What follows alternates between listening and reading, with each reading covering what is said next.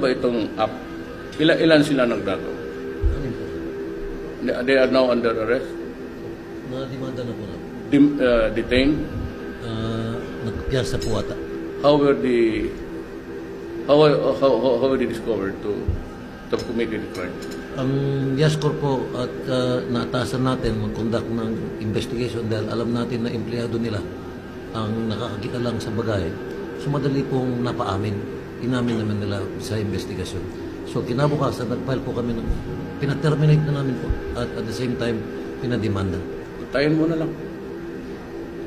Takin mo na yung pulis doon. Marami yan dyan. Patayin mo na lang. Para malaman ng tao na yun. Ito po sir, itong yung pong... So I deeply apologize. We will pay whatever you lost. Nabayaran na sir. Ha? Binayaran po yung lahat. Ay putang ina, digo-digo to. Walang ariglo dyan. Pag hindi, parang ako kaya, hindi ninyong gawin, ako ang papatay dyan. Isa-salvage ka. Putang ina, sinabi na nga, wag. Bemot talaga sa Amsco na miyas naman.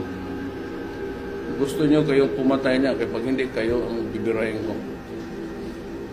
Pilipino hindi matuto pag hindi mo ginanon eh. Or they continue to do it unless you put a stop to it.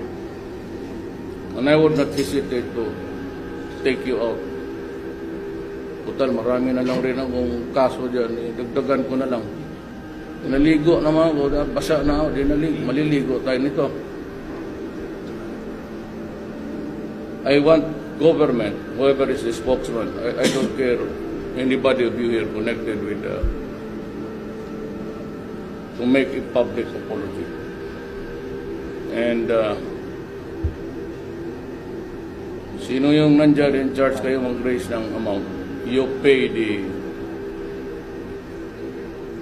at kung may isa pa, pati ang warning the police also, pag may isa, utang ina, ipapakain ko talaga sa inyo in public.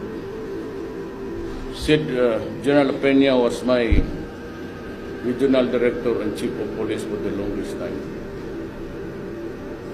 Ipalunok ko talaga sa iyo bala. Total, lalabas man rin niya.